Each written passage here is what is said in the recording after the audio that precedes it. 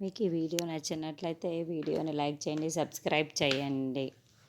ఎలాగైనా సరే 6 అస్థికల్ని తీసుకువెళ్ళాలని మను అనిరుతో ప్లాన్ చేయడంతో అమర్ వాళ్ళ అమ్మ నాన్నతో మాట్లాడుతూ ఉంటుంది.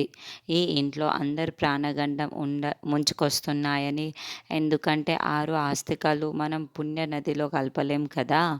ఆ ఆస్తికల్ని కలిపేస్తే అప్పుడు మనకు ప్రాబ్లమ్స్ అన్నీ దూరమైపోతాయని ఒకసారి ఆలోచించండి అని అనడంతో, అవును నిజమే కదా, అమర్ వల్ల నా అమ్మ నాన్న అనుకుని పూజారి గారిని ఇంటికి పిలిపించి, ఆత్మ ఏమైనా తిరుగుతుందా ఈ ఇంట్లో అని ప్రాబ్లమ్సే వస్తున్నాయి అని మొన్నటికి మా మనవరాలు చావు బతుకుల వదిలి వచ్చింది.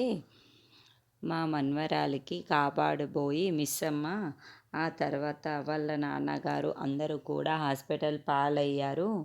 ఏమైనా దోషాలున్నాయా చెప్పండి స్వామి అని పంతులు గారిని అడుగుతూ ఉంటారు. అప్పుడు ఆ పంతులు గారు గార్డెన్ మొత్తం కూడా తిరుగుతూ, అవును మీరు అంటున్నది నిజమే, ఈ ఇంట్లో ఆత్మ తిరుగుతూ ఉంటుంది. మీ కోడలు చనిపోయిందని చెప్పారు కదా, ఆవిడ ఆత్మ ఇంకా ఈ ఇంటిని వదిలికుండా ఇక్కడే తిరుగుతూ ఉంది.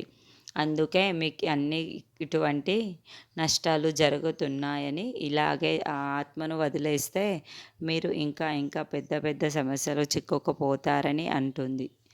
ఆ పంతులు గారు చెప్తూ ఉండడంతో అమర్ వాళ్ళ అమ్మ నాన్న చాలా టెన్షన్ పడుతూ ఉంటారు. అయ్యో, ఆత్మ ఇంకా ఇక్కడే తిరుగుతుందా, అందుకేనా ఇన్ని సమస్యలు, ఇప్పుడేం చేయాలో పరిష్కారం కూడా మీరే చెప్పండి స్వామిగారు అని వేడుకుంటూ ఉంటారు. ఆత్మ తిరుగుతుందని పంతులు గారు చెప్పుతూ ఉంటే గార్డెన్లో ఉన్న ఇదంతా వినేస్తుంది. ఒక్కసారిగా కుప్పకూలిపోయి ఏడుస్తూ ఉంటుంది. ఆత్మని ఎలాగైనా పంపించేసేయాలని చెప్పండి స్వామి చెప్పండి అని అడుగుతూ ఉంటారు. అయ్యో, నన్ను పంపించేస్తే నేను నా కుటుంబానికి దూరం అయిపోతానే అని బాధపడుతూ ఉంటుంది.